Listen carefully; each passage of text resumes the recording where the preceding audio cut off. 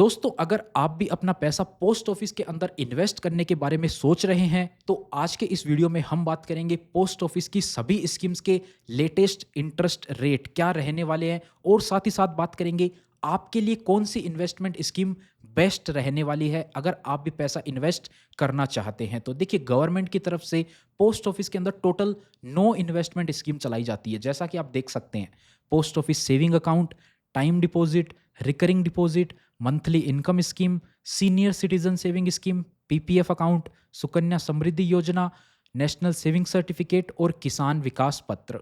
अब ये सारी स्कीम्स के अलग अलग फीचर होते हैं, तो सारी स्कीम में से आप बोलें कि बेस्ट कौन सी है, ऐसे कोई एक स्कीम बेस्ट नहीं हो सकती है। हाँ, अलग अलग ऑडियंस के लिए अलग अलग स्कीम हो सकती है। जैसे कि आप किसी गर्ल चाइल्ड के नाम पे अकाउंट खोलना चाहते हैं, तो सुकन्या समृद्धि योजना बेस्ट हो सकती है। अगर आप एक सीनियर सिटीजन हैं, तो senior citizen saving scheme best हो सकती है। ऐसे सभी स्कीम के बारे में डिटेल में बात करेंगे इस वीडियो में। नमस्कार दोस्तों, मेरा नाम है राकेश और आप देख रहे हैं बैंकिंग बाबा यूट्यूब चैनल। तो चलिए आज की इस वीडियो को शुरू करते हैं। देखिए, अगर आप चैनल पे नए हैं तो चैनल को जरूर से सब्सक्राइब कर लीजिए। वीडियो पसंद आती है तो वीडियो को लाइक भी कर दीजिएगा। टोटल 9 स्कीम है, सभी की बात करेंगे एक एक करके। सबसे पहले बात कर लेते हैं पोस्ट ऑफिस के सेविंग अकाउंट की।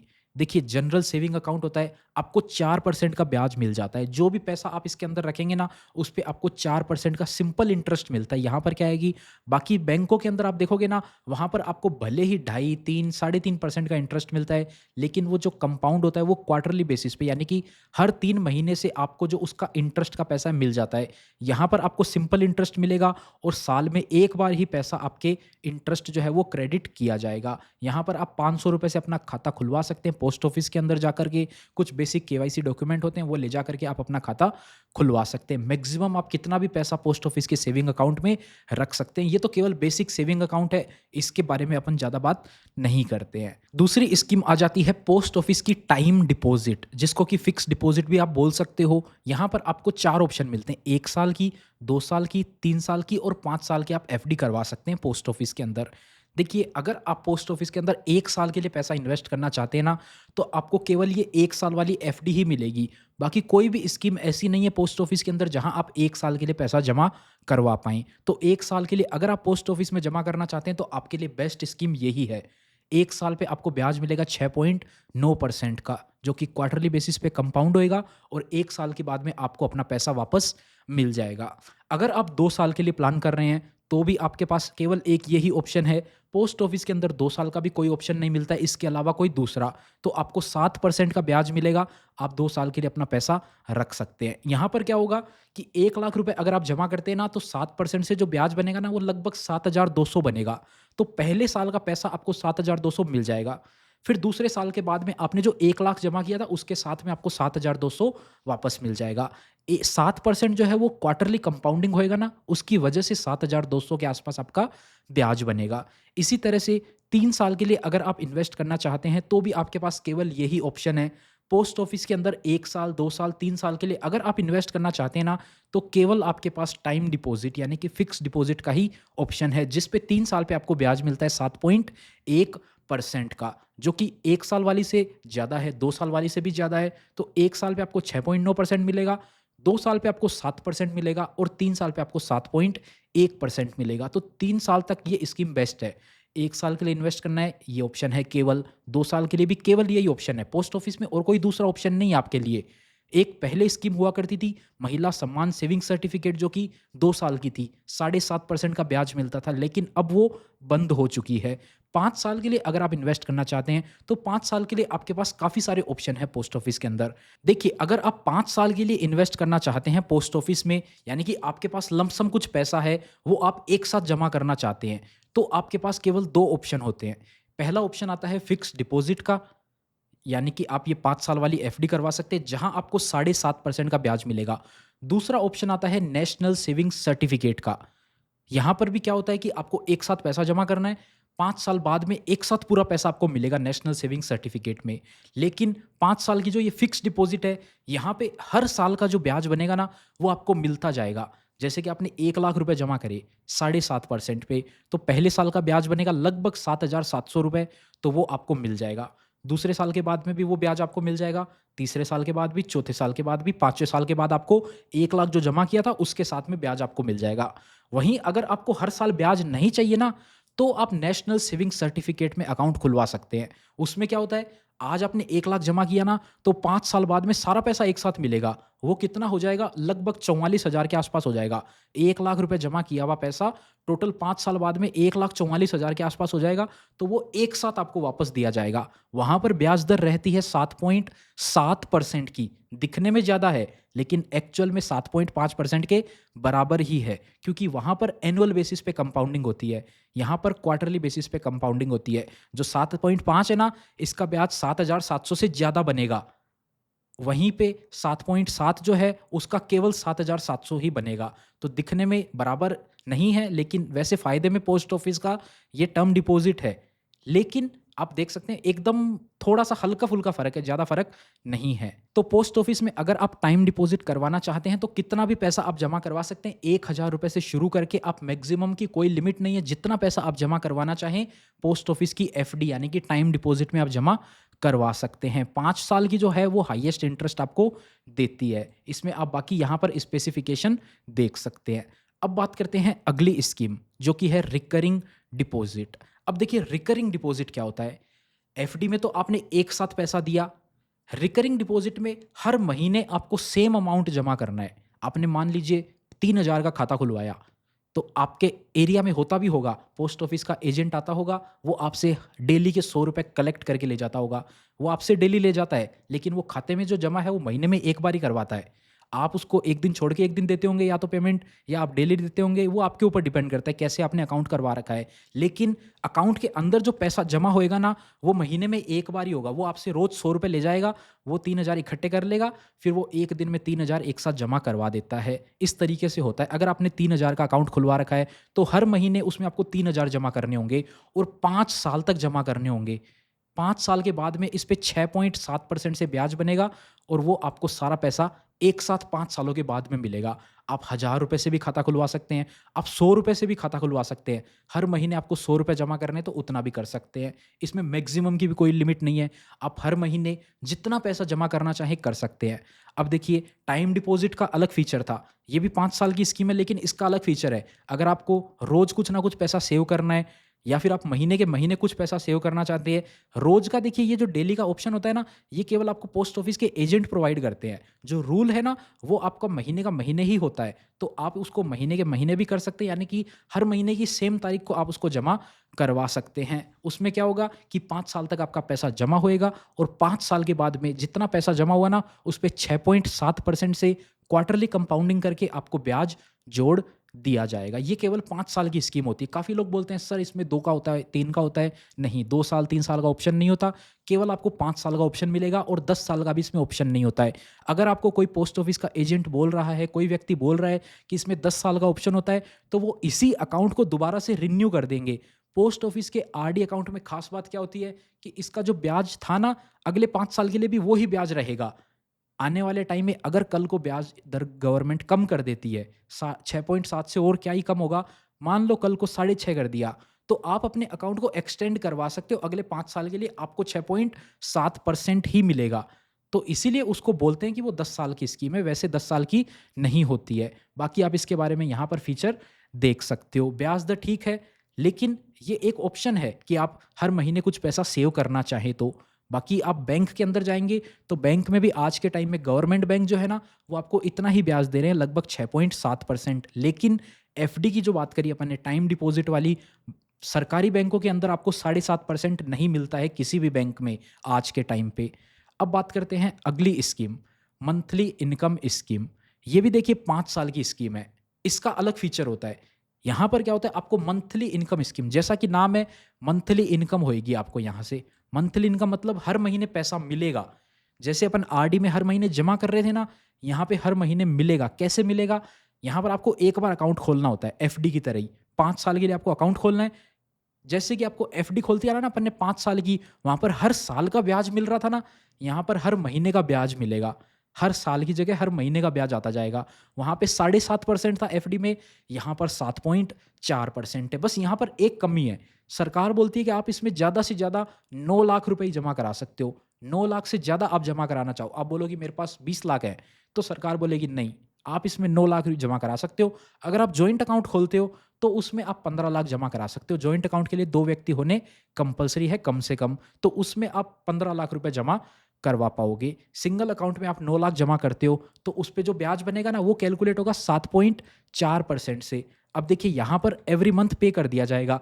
अगर सरकार यहाँ पे 7.5 दे दे, तो वो जो है ना 5 साल की एफडी, उससे अच्छा ब्याज हो जाएगा। तो 7.4 इसको रखा गया ताकि उसके बराबर में रहे। 7.5 कर देंगे ना इसको, तो मंथली पे आउट होएगा ना, तो उस चक्कर में ये पोस्ट ऑफिस की एफडी से अच्छी स्कीम हो जाएगी। इसीलिए सरकार ने यहाँ एक तो रेस्ट्रिक्शन लगा रखी है 9 लाख रुपए की, और यहाँ से आपको महीने की महीने इनकम मिलेगी। अगर आप 1 लाख रुपए जमा करते हो ना, तो आपको लगभग 617 रुपए हर महीने मिलेंगे। 1 लाख के ऊपर 617 रुपए होते हैं। तो आप कैलकुलेट कर सकते हो, 9 लाख के ऊपर लगभग 5,000 के आसपास कुछ पैसा बैठेगा। तो 9 लाख आपने जमा कर दिए ना, हर महीने आपको 5,000 रुपए इनकम होती रहेगी। और कब तक होएगी? पूरे 5 साल तक होएगी। यानी कि 1 साल में तो 12 महीने हो गए, 5 साल में टोटल 60 महीने तक। आज आपने जमा किया ना, तो 60 महीने तक आज से लेकर, यानी कि अपन मानते हैं अप्रैल 2026 में आप अकाउंट खोलते हो, तो अगले महीने से हर उसी तारीख पे, जिस दिन आपने खाता खोला ना, उसी तारीख पे हर महीने आपको इनकम होना शुरू हो जाएगी, और अगले 5 सालों तक होती रहेगी। और जो 5 साल पूरे हो जाएंगे ना, जितना पैसा आपने 9 लाख रुपए अगर जमा किया, तो 9 का 9 आपको वापस मिलेगा। अगर आपने 1 लाख किया था, तो 1 लाख वापस मिलेगा। आज से 3 साल पहले इस स्कीम की लिमिट होती थी 4.5 लाख रुपए की। पिछले 3 साल पहले इसकी लिमिट को बढ़ा के 9 लाख कर दिया था। अब एक व्यक्ति इस स्कीम में 9 लाख रुपए जमा करवा सकता है। बाकी आप इस स्कीम के बारे में यहाँ पर पॉइंट देख सकते हो। कम से कम आपको 1,000 रुपए इसमें जमा करने पड़ेंगे। अगर आप हमारे चैनल पे नए हैं, वीडियो पसंद आ रही है, तो सब्सक्राइब ज़रूर से कर लीजिएगा, अगर अभी तक सब्सक्राइब नहीं कर रखा है तो। अब बात करते हैं अगली स्कीम की, जो कि है सीनियर सिटीजन सेविंग स्कीम। ये देखिए केवल और केवल सीनियर सिटीजन के लिए है। वो व्यक्ति जिनकी उम्र 60 साल से ज़्यादा है। काफ़ी लोग बोलते हैं सर सीनियर सिटीजन तो 58 से ऊपर होते हैं। नहीं, ये जो एक्ट है इनकम टैक्स का और उसके अलावा ये पोस्ट ऑफिस का, इनके अकॉर्डिंग इनकी जो डेफिनेशन है ना, उसमें इन्होंने साफ-साफ लिख रखा है जो व्यक्ति 60 साल से ऊपर है तो। बाकी और कोई एक्ट के अकॉर्डिंग होता है, जिसके बारे में बात करें उसके अकॉर्डिंग वो डेफिनेशन चेंज हो जाती है। तो यहाँ पर इसको 60 साल बोला गया है, लेकिन 60 से कम उम्र वालों को भी ऑप्शन दिया गया है। अगर आप जल्दी अपनी सर्विस से रिटायरमेंट ले लेते हैं वीआरएस, तो उस कंडीशन में वीआरएस लेने पे आपको जो पैसा मिलेगा ना, उस पैसे को आप इन्वेस्ट कर सकते हो। अगर आपकी उम्र 55 से ज़्यादा है, 60 से कम है, 60 से ऊपर है, तो आप कहीं भी, कभी भी, कितना भी जमा कर सकते हो। मैक्सिमम लिमिट 30 लाख की है, कम से कम 1,000 आपको जमा करना पड़ेगा। यानी कि अगर आपकी उम्र 60 से कम है ना, उस कंडीशन में भी आप जमा कर सकते हो। कब कर सकते हो? उसके बारे में आपको बता दिया कि आपने वीआरएस लिया है अपनी सर्विस से। उसके अलावा और भी 2-3 कंडीशन है, तो उसके वीडियो हमने अलग से बना रखा है, तो आप उसमें जाके देख सकते हैं। बाकी 8.2% का ब्याज मिलता है आपको, जो कि बहुत अच्छा इंटरेस्ट है। अब देखिए, अगर आप एक सीनियर सिटीजन हैं, तो आपके लिए पोस्ट ऑफिस के अंदर बेस्ट स्कीम यही है। अगर आपने 5 साल के लिए पैसा जमा कर दिया ना, हर 3 महीने से आपको ब्याज आएगा। एक व्यक्ति ज़्यादा से ज़्यादा 30 लाख रुपए जमा कर सकता है। 30 लाख आपने जमा कर दिए ना, तो हर 3 महीने से आपको 61,500 रुपए का ब्याज मिलेगा। ये देखिए 61,500, यानी कि महीने का कितना हो गया? 20,500। 1 साल में 1 लाख पे आपको 8200 रुपए का ब्याज बनता है। तो उसी का कैलकुलेट करके आप हर 3 महीने से 2,050 रुपए मिलेंगे, अगर आप 1 लाख जमा करते हैं तो। यानी कि हर 3 महीने से आपको 2,050 मिलते जाएँगे। 5 साल की स्कीम है। 5 साल के लिए आपका पैसा वो पड़ा रहेगा सरकार के पास में। हर 3 महीने से आपको ब्याज मिलेगा। फिर 5 साल के बाद में आपने जो पैसा जमा किया था ना, वो आपको वापस मिल जाएगा। मतलब ये भी स्कीम उसी टाइप की है। 5 साल की जो एफडी थी, या फिर आपने जो मंथली इनकम स्कीम देखी, उसी तरीके से है। 5 साल के लिए आपने पैसा जमा कर दिया। मंथली इनकम स्कीम में हर महीने का ब्याज मिल रहा था 7.4% से। एफडी में हर साल का ब्याज मिल रहा था 7.5% से। इसके अंदर हर 3 महीने का ब्याज मिलेगा 8.2% से। अगर आपको हर महीने ब्याज चाहिए, देखिए अगर आप एक सीनियर सिटीजन है तो इस स्कीम में आओ। मैं तो साफ बोलूँगा, महीने पे मत जाओ। एमआईएस केवल उनके लिए है जो व्यक्ति 60 साल से कम उम्र के हैं। अगर आपके पास 30 लाख इसमें पूरी हो गई लिमिट, उसके बाद में और पैसा पड़ा है, फिर आप मंथली इनकम स्कीम में जमा कर सकते हो, जहाँ पे आपको हर महीने ब्याज मिलेगा। उसमें आप 9 लाख रुपए और जमा कर सकते हो, इसके 30 लाख के अलावा। लेकिन अगर आपके 30 लाख पूरे हो गए, तो आपके स्पाउस के नाम पे भी आप अकाउंट खुलवा सकते हो, अपने जीवन साथी के नाम पे आप अकाउंट खुलवा सकते हो, उनके नाम पे 30 लाख रुपए और जमा कर सकते हो। अकाउंट अलग-अलग रहेंगे दोनों के। कंडीशन, उनकी उम्र भी 60 साल या उससे अधिक होनी चाहिए। उनकी उम्र अगर 60 साल से कम है, तो आप उनके नाम पे अकाउंट नहीं खुलवा पाओगे। ठीक है, इस स्कीम का भी बेनिफिट आपको पता चल गया, कौन-कौन इसमें इन्वेस्ट कर सकता है, जो 60 से ज़्यादा है और उनके लिए ये बेस्ट स्कीम है। और बाकी आप इसके बारे में यहाँ पर पढ़ सकते हैं। अब बात करते हैं अगली investment scheme, public provident fund. अब देखिए, पब्लिक प्रोविडेंट फंड और सुकन्या समृद्धि योजना, ये दोनों टैक्स सेविंग स्कीम है, बहुत ही लंबे टेन्योर की है। दोनों स्कीम में आपको कम से कम 15 साल के लिए तो इन्वेस्ट करना ही पड़ेगा।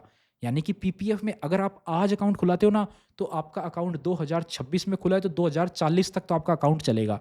हर साल आपको पैसा जमा करना पड़ेगा। यहाँ पर से जो इंटरेस्ट इनकम होती है ना, वो टैक्स फ्री होती है। चाहे आप ओल्ड टैक्स रिजिम में जाओ, न्यू टैक्स रिजिम में जाओ, आपके लिए इंटरेस्ट इनकम फ्री रहने वाली है। सेम सुकन्या समृद्धि योजना भी होता है, उसकी बात भी अभी पहले करेंगे। पहले यहाँ पर देखो, 7.1% का आपको ब्याज मिलेगा। एनुअल कंपाउंडिंग होती है। यहाँ पर देखिए, क्वार्टरली कंपाउंडिंग नहीं होती है। इंटरेस्ट रेट ठीक-ठाक है, बाकी ब्याज देखा जाए तो टैक्स फ्री है। अगर आप देखिए, साल में आप 20-30 लाख रुपए से ज़्यादा पैसा कमाते हैं, तो अगर आप किसी बैंक में एफडी करने जाएँगे ना, तो उस बैंक की एफडी का आपको ब्याज अगर 7.5 या 8% मिल भी गया, मान लो 8% ब्याज मिल गया और आपकी तनख्वाह है 20 लाख रुपए से ज़्यादा, तो आपके ऊपर उस पे टैक्स लगेगा। कोई बैंक आपको 8%, 8.5% ब्याज दे तो देगा, लेकिन आपके उसके ऊपर 10%, 15%, 20% तक का टैक्स लग जाएगा। 20% टैक्स अगर आपके ऊपर लग गया, तो वो 8.5% कितना हो जाएगा? 8% पे 20% मानोगे तो वो हो जाएगा लगभग 6.5%। मतलब कोई फ़ायदे की बात है नहीं, सीधा आप यहाँ पर इन्वेस्ट कर सकते हो। लेकिन यहाँ पर क्या दिक्कत है, 15 साल की स्कीम है। पहले तो ओल्ड टैक्स रिजिम लोग ऑप्ट करते थे, टैक्स सेविंग पर्पज़ से इसमें इन्वेस्ट करते थे। 80C की बेनिफिट लेते थे 1.5 लाख रुपए इन्वेस्ट करके। लेकिन अब लोग न्यू टैक्स रिजिम की तरफ जाने लग गए हैं, पर इसका जो इंटरेस्ट है वो आज भी टैक्स फ्री है और आने वाले टाइम में भी इसका इंटरेस्ट टैक्स फ्री रहेगा। इसीलिए इसको EEE, exempt exempt exempt scheme भी बोला जाता है। बाकी इसके बारे में आप फीचर देख सकते हैं। यहाँ पर जो है ब्याज आपको 7.1 अच्छा है, 15 साल के लिए आप लॉक कर सकते हो। हर साल मैक्सिमम आप इसमें 1.5 लाख ही जमा करा सकते हो। कम से कम आपको हर साल 500 रुपए इसमें डालने पड़ेंगे। अगर आप नहीं डालते हो, आपका खाता बंद हो जाएगा। तो हर साल आपको 500 रुपए तो जमा कर ही देने हैं। मैक्सिमम आपकी मर्जी है, एक बार खाता खुलवा लीजिए। किसी साल में आपके पास ज़्यादा पैसा हो तो डाल दीजिएगा, वरना 500-500 रुपए डाल के आप अपने अकाउंट को कंटिन्यू कर सकते हैं। इसके अलावा अगली स्कीम की बात कर लेते हैं, सुकन्या समृद्धि योजना। ये स्कीम केवल और केवल गर्ल चाइल्ड के नाम पे खोल सकते हैं। यानी कि आपके घर में कोई बेटी है, आपके परिवार में है, तो उनको बताइएगा ज़रूर से। उनके साथ इस वीडियो को भी शेयर कर सकते हैं। जिसकी उम्र 10 साल या उससे कम है, उस बेटी के नाम पे आप ये खाता खुलवा सकते हो। जो ब्याज दर है ना, वो बहुत अच्छा है, 8.2%। इंटरेस्ट भी टैक्स फ्री है। मतलब जो सीनियर सिटीज़न सेविंग स्कीम थी ना, उसके जितना ब्याज है, लेकिन सीनियर सिटीज़न सेविंग स्कीम का ब्याज टैक्सेबल था। उस पे आपको टैक्स देना पड़ेगा, अगर टैक्स बनता है तो। इसमें आपको टैक्स ही नहीं देना पड़ेगा, सारा ब्याज टैक्स फ्री है। ये जो स्कीम है ना, 15 साल तो आपको इसमें पैसा जमा करना पड़ेगा और 21 साल, जब से अकाउंट खोला ना, तब से 21 साल के बाद में पैसा मिलेगा। जमा 15 साल ही करना है, उसके भी 6 साल आपका अकाउंट पड़ा रहेगा सरकार के पास में। जो पड़ा रहेगा उसमें पैसा जमा नहीं होगा, लेकिन उसमें ब्याज बढ़ता जाएगा 8.2% से। तो आपका पैसा ग्रो होता जाएगा, एनुअल बेसिस पे कंपाउंडिंग होती जाएगी और उसके बाद में आपका अकाउंट बंद हो जाएगा। जिसके नाम पे अकाउंट खुलवाया, आपने किसी लड़की के नाम पे अकाउंट खुलाया जिसकी उम्र आज 2 या 3 साल है, 21 साल के बाद में उसकी उम्र 22 या 23 साल हो गई, तो उस टाइम पे वो लड़की खुद अकाउंट को मैच्योर करवा सकती है। उस अकाउंट का पैसा वो खुद अपने नाम पे ले सकती है। यानी कि उसके नाम पे आपको शादी के लिए इकट्ठा करना है पैसा, तो अभी से आप प्लानिंग कर सकते हो। उसकी पढ़ाई के लिए पैसा इकट्ठा करना है, हायर एजुकेशन। अब आप तो बोलोगे सर अकाउंट तो 21 साल बाद मिलेगा, लेकिन यहाँ पर आपको बीच में पैसे की ज़रूरत पड़ जाती है ना, तो बीच में बिना पेनल्टी के आप पैसा निकाल सकते हो। किस कारण से निकाल सकते हो? पढ़ाई के लिए, हायर एजुकेशन के लिए आपको फ़ीस के लिए पैसा चाहिए, आप इस अकाउंट से पैसा निकाल सकते हो। जितना चाहिए उतना निकाल सकते हो। उसके अलावा भी आपने 10 साल की उम्र में अकाउंट खोला, जैसे कि मैक्सिमम है 10 साल से पहले आपको खोलना है, आपने 9.5 के बाद में खोला। अब आपने अकाउंट रखा, आप बोलोगे कि अब से 21 साल बाद पैसा मिलेगा, यानी कि 21 साल और 9 साल वो जोड़ दिए, 30 साल की उम्र में पैसा मिलेगा। उससे पहले हम बेटी की शादी करना चाहें तो कर सकते हैं। जब आप शादी करना चाह रहे हैं ना, उस टाइम पे भी इस अकाउंट को बंद करवा सकते हो, कोई पेनल्टी नहीं लगेगी। 21 साल तो मैक्सिमम है, 21 साल में बंद हो जाएगा। उससे पहले शादी के टाइम पे अगर आपको बंद करवाना है ना, तो आप करवा सकते हो। शादी के टाइम पे अकाउंट को बंद किया जा सकता है। जितना टाइम तक पड़ा रहेगा, उतने टाइम तक का आपको पैसा मिलेगा, कोई पेनल्टी नहीं लगेगी। शादी के टाइम पे आप अकाउंट बंद करा सकते हो, पढ़ाई के टाइम पे आप कुछ पैसा निकाल सकते हो। ये दोनों ऑप्शन मिलते हैं। जिसका पर्पस था अकाउंट का, वो आप इससे पूरा कर सकते हो। तो ये बेस्ट स्कीम हो सकती है अगर आपके घर में भी या परिवार में कोई गर्ल चाइल्ड है तो। बाकी आप इस स्कीम के बारे में पॉइंट भी पढ़ सकते हो। उसके अलावा बात करते हैं नेशनल सेविंग सर्टिफिकेट, जिसको कि टैक्स सेविंग सर्टिफिकेट भी बोलते हैं। इन्वेस्टमेंट के लिए सेक्शन 80C का बेनिफिट मिलता था, जो कि अब सेक्शन बदल चुका है। नए इनकम टैक्स से इसका सेक्शन हो गया है 123। यहाँ पर एक अलग स्पेशल बेनिफिट मिलता है। वैसे तो मैंने आपको इसके बारे में ऑलरेडी बता दिया। जो पोस्ट ऑफिस की एफडी होती है 5 साल की, उसी तरह से स्कीम है। 5 साल की एफडी में क्या हो रहा था, आपको साल का साल ब्याज आपको मिल रहा था। लेकिन आप चाहते हैं कि साल का ब्याज आपको नहीं मिले, आप चाहते हैं पैसा एक साथ इकट्ठा होके मिले, तो आप 5 साल के लिए ये वाली स्कीम ले सकते हो। नेशनल सेविंग सर्टिफिकेट आप परचेज कर सकते हो 5 साल का। यहाँ पर आपने 1 लाख का परचेज किया ना, तो 5 साल के बाद ही आपको पैसा मिलेगा। मंथली इनकम स्कीम से हर महीने मिल रहा था। सीनियर सिटीजन सेविंग स्कीम से हर 3 महीने से ब्याज मिल रहा था। एफडी में हर साल का ब्याज मिल रहा था। इसमें ब्याज ही नहीं मिलता है। 7.7 से ब्याज बढ़ता जाता है, बढ़ता जाता है। 5 साल के बाद में एक साथ मिलता है। ये फ़र्क है। तो अब आपको डिसाइड करना है कौन सी स्कीम आपके लिए बेस्ट हो सकती है। एक और स्कीम बाकी है, बढ़िया स्कीम है, उसको भी ध्यान से देखिएगा। यहाँ पर आपको 7.7% का ब्याज तो मिल जाता है, लेकिन एनुअल कंपाउंडिंग होती है, तो जो कि 7.5% के बराबर ही हो जाता है अगर आप एफडी के कंपैरिजन में देखें। आप ये सोच के मत देखिएगा कि ये ज़्यादा है तो एफडी से कंपैरिजन में ये करवा लेते हैं, दोनों का इंटरेस्ट बराबर है, ऐसे समझ के चलिए। अब आपको डिसाइड करना है आपको हर साल का ब्याज चाहिए या फिर नहीं चाहिए, तो आप जा सकते हैं एफडी की तरफ, टाइम डिपॉजिट की तरफ। अगर नहीं तो आप जा सकते हैं नेशनल सेविंग सर्टिफिकेट की तरफ। अब बात करते हैं आखिरी स्कीम, जो मैंने आपको बोला था, किसान विकास पत्र। बहुत ही अच्छी स्कीम हो सकती है अगर आप इसमें ध्यान से सोच समझ के इन्वेस्ट करें तो। देखिए, अभी तक अपन ने जितनी भी बात करी सारी स्कीम 5 साल की थी मोस्टली, या फिर वो टैक्स सेविंग स्कीम थी पीपीएफ। पीपीएफ का इंटरेस्ट रेट 7.1 था। पीपीएफ बताऊं किन लोगों के लिए फायदेमंद है? अगर आप एक नौकरी करते हैं, आपकी इनकम के ऊपर टैक्स लगता है, आपकी सैलरी जो है वो 15 लाख से ऊपर है। 15 के नीचे है तो इतना टैक्स नहीं आएगा आपके ऊपर, लेकिन 15 लाख से ऊपर है तो टैक्स लगेगा। फिर आप किसी एफडी वगैरह में इन्वेस्ट कर देंगे ना पैसा, तो वहाँ से जो इंटरेस्ट आएगा ना, उस पे 15-20% का टैक्स लग जाएगा। लेकिन अगर आपकी टोटल इनकम 12 लाख के नीचे है, आपके ऊपर टैक्स लगता ही नहीं है, आप चाहते हैं लंबे समय के लिए पैसा इन्वेस्ट करना, तो किसान विकास पत्र आपके लिए ऑप्शन है। 5 साल की एफडी करा सकते हैं, 5 साल का मैक्सिमम है। एनएससी करा सकते हैं 5 साल के लिए, लेकिन आप 5 साल से ज़्यादा समय के लिए इन्वेस्ट करना चाहते हैं, 10 साल के लिए, तो एकमात्र स्कीम है पोस्ट ऑफिस के अंदर, जहां आप 10 साल के लिए अपना पैसा रख सकते हैं। आरडी जो होती है ना, वहां पर आपको हर महीने जमा करना होता है, जिसको आप रिन्यू कराएंगे तो वो 10 साल की बन जाएगी। लेकिन ये स्कीम स्पेसिफिकली 10 साल के आसपास है। देखिए 10 साल नहीं है, यहाँ पर क्या होता है, पैसा डबल होके मिलता है। अभी जो ब्याज दर है 7.5%, इसके अकॉर्डिंग 115 महीने, 9 साल और 7 महीने, इतने समय में आपका पैसा डबल हो जाएगा। तो लगभग आपकी 10 साल की स्कीम हो गई 9.5 साल की। 1 लाख जमा करोगे 2 लाख मिलेगा, 2 लाख जमा करोगे 4 लाख मिलेगा, 4 लाख जमा करोगे 8 लाख मिलेगा, 8 लाख जमा करोगे 16 लाख मिलेगा। कोई लिमिट नहीं है, जितना पैसा आप जमा करना चाहें कर सकते हैं। उस पे क्या है कि आप अगर टैक्स लिमिट में नहीं आते तो आपको कोई टैक्स की टेंशन नहीं है। लंबे समय के लिए एक साथ पैसा चाहिए आपको, डबल होके आप चाहते हैं, जैसे कि नेशनल सेविंग सर्टिफिकेट में आपका पैसा एक साथ आपको मिल रहा है ना, वो मिल रहा है 5 साल बाद, यहाँ मिलेगा आपको डबल होके लगभग 9.5 साल के बाद में। तो ये थी पोस्ट ऑफिस की नो टोटल स्कीम। सभी स्कीम के बारे में स्पेसिफिक फीचर बता दिए, कौन सी स्कीम किन लोगों के लिए काम की हो सकती है। ऐसा नहीं है कि इनमें से कोई भी स्कीम एक बेकार हो, जहां इन्वेस्ट करने का कोई सेंस नहीं बनता हो, बनता है। सारी स्कीम के अंदर सेंस बनता है। सभी स्कीम के अलग अलग फीचर थे। तो आइए एक बार क्विक जल्दी से समरी देख लेते हैं। टोटल 9 स्कीम थी। सेविंग अकाउंट, देखिए नॉर्मल सेविंग अकाउंट होता है, बाकी बैंक में आपको रखना चाहिए अपना सेविंग अकाउंट। पोस्ट ऑफिस में भी रखना चाहते हैं तो रख सकते हैं। इसके अलावा एफडी की बात करी मैंने आपको, 1 साल, 2 साल और 3 साल। पोस्ट ऑफिस के अंदर और कोई स्कीम ही नहीं है 1, 2, 3 के लिए, केवल यही स्कीम है, तो आपको इसमें इन्वेस्ट करना पड़ेगा, बेस्ट यही है। 5 साल के बारे में, आपको हर साल का ब्याज चाहिए तो एफडी करवाओ, हर साल का ब्याज नहीं चाहिए तो आप करवाओ नेशनल सेविंग सर्टिफिकेट। समझ में आ गया? इसके अलावा अगर आपको हर महीने कुछ पैसा सेव करना है तो रिकरिंग डिपॉजिट करवाओ। अगर आपको हर महीने इनकम चाहिए, आपके पास पैसा है, एक साथ जमा कर दिया, आप सालाना ब्याज लेना चाहते हैं तो एफडी कराओ, हर महीने लेना चाहते हैं तो एमआईएस कराओ, मंथली इनकम स्कीम, ब्याज लेना ही नहीं चाहते, 5 साल डाल के छोड़ना चाहते हैं तो नेशनल सेविंग सर्टिफिकेट कराओ। अगर आप एक सीनियर सिटीज़न हो तो आपको एससीएसएस सीनियर सिटीज़न सेविंग स्कीम करवाओ। उसके अलावा अगर आप टैक्स बचाने के लिए नौकरी करते हो, 15 लाख से ज़्यादा सैलरी है तो पीपीएफ करवाओ, 12 लाख से भी ऊपर है तो भी पीपीएफ करवा सकते हैं, क्योंकि 12 लाख के ऊपर इनकम पे टैक्स लगने लग जाएगा। सुकन्या समृद्धि योजना गर्ल चाइल्ड है तो करवाओ। नेशनल सेविंग सर्टिफिकेट की बात कर ली, 10 साल के आसपास पैसा रखना है, पैसा डबल होके आपको वापस मिले तो किसान विकास पत्र करवाओ। सभी स्कीम के अलग अलग फीचर हैं, तो आपको उम्मीद करते हैं वीडियो पसंद आई होगी और सभी स्कीम के बारे में समझ में आ गया होगा डिटेल में। अगर वीडियो पसंद आई तो लाइक कर दीजिएगा।